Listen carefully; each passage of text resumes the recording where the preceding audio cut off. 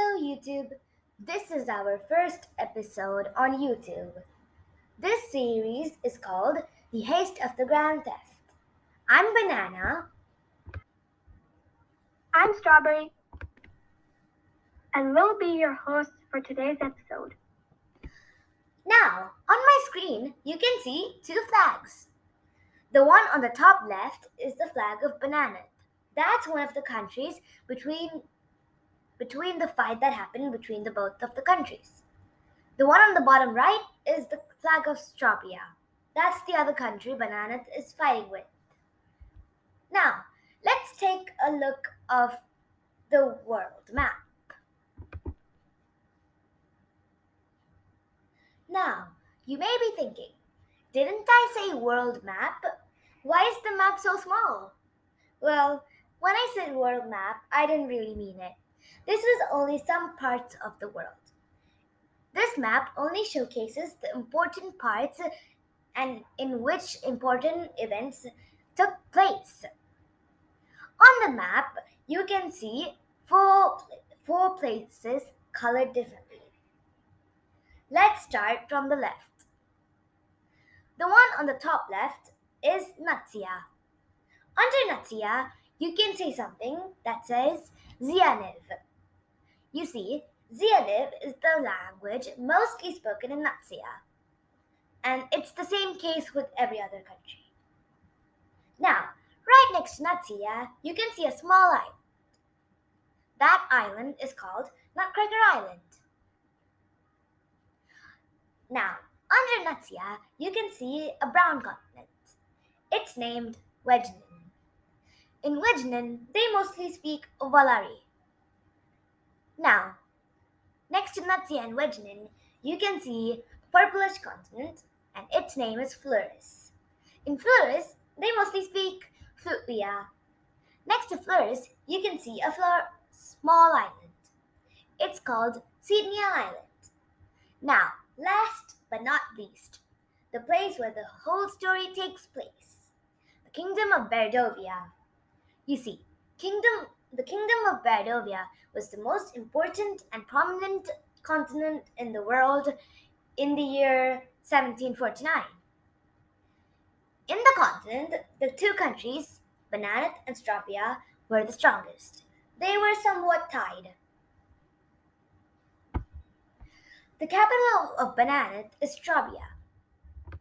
Sorry, did I just say the capital of Banat was Strabia? That was a mistake. I meant the capital of Banat is Banania, and the capital of Strabia is Strabilla. You can also see the flags there. Now, let's talk a little about banana history and the special artifact. This was the king of Bananat before the Tomatish came and, well, destroyed it. Now, if you look closely at the picture, on his sword, you can see a banana. Let's have a closer look, shall we? This is the exact thing you can see on the sword. Now, you may be wondering, why is that thing on that sword? Well, you see, this is no ordinary sword. This sword was made in 1349.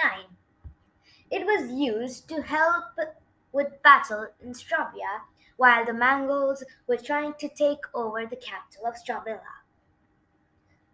Now, that's surprising, you may be asking. What war in Strabia, you may be asking? Well, that's a story for another time.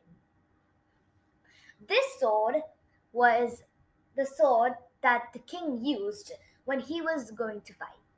It was a special gift by Bananas to Strabia, and when they got it back, the Strabia embroidered a banana on the sword. This is the national flag of Strabia. And this is an example of how the army would look like in Strabia. Now, let's hear from the strawberry side. used to be the king of Strobia. If you look closely, you can see a type of plant. Let's have a closer look, shall we?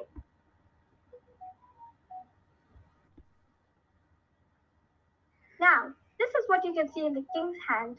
It is called the strawberry leaves of healing. It is usually helped to heal very important people, and it is also found exclusively in the royal garden, and it is very hard to find that seeds that can regrow this plant unless you add a special oil to the water when you water your plant, and the oil is only found in the royal garden. This is how the Strobia army would look like. As you could see, this was the royal flag of Strobia. And that's an end to today's episode. Stay tuned for the next episode. Goodbye. Bye!